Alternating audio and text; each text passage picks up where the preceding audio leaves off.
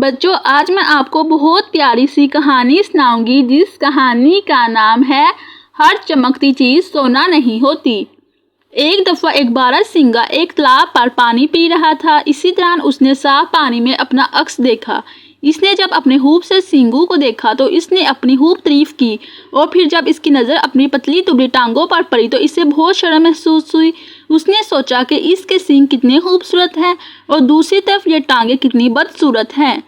ایک دن جب وہ پانی پی رہا تھا اور اپنی ٹانگوں سے نفرت کا اظہار کر ہی رہا تھا تو اسی دوران اس نے کچھ شکاری جانوروں کو اپنی طرف آتے دیکھا۔ اسے جب خطرہ محسوس ہوا تو اس نے اپنی جان بچانے کے لیے دوڑ لگا دی۔ وہ اتنی تیزی سے بھاگا کہ جلد ہی جنگل کے سب سے گھنے حصے تک پہنچ گیا۔ وہاں پہنچ کر اس نے خود کو کچھ گھنی جھاڑیوں میں چھپا لیا۔ اسی دوران شکاری جانور بھی اس کا پیچھا کرتے رہے۔ کچھ دیر آرام کے بعد باراسنگا ایک اور دوڑ کے لیے تیار ہو گیا۔ وہ بھاگنے کے لیے جب جھاڑیوں سے نکلا تو پیچھے کی طرف گر گیا، کیونکہ اس کے لمبے سینگ جھاڑیوں میں پھنس گئے تھے۔ اس نے خود کو چھڑانے کی بہت کوشش کی لیکن باراسنگا ناکام رہا۔ کچھ ہی دیر میں شکاری جانور بھی اسی جگہ پر پہنچ گئے جس جگہ باراسنگا اپنے آپ کو بے بس محسوس کر رہا تھا۔ شکاری جانور اس کے قریب سے قریب تر ہوتے جا رہے تھے۔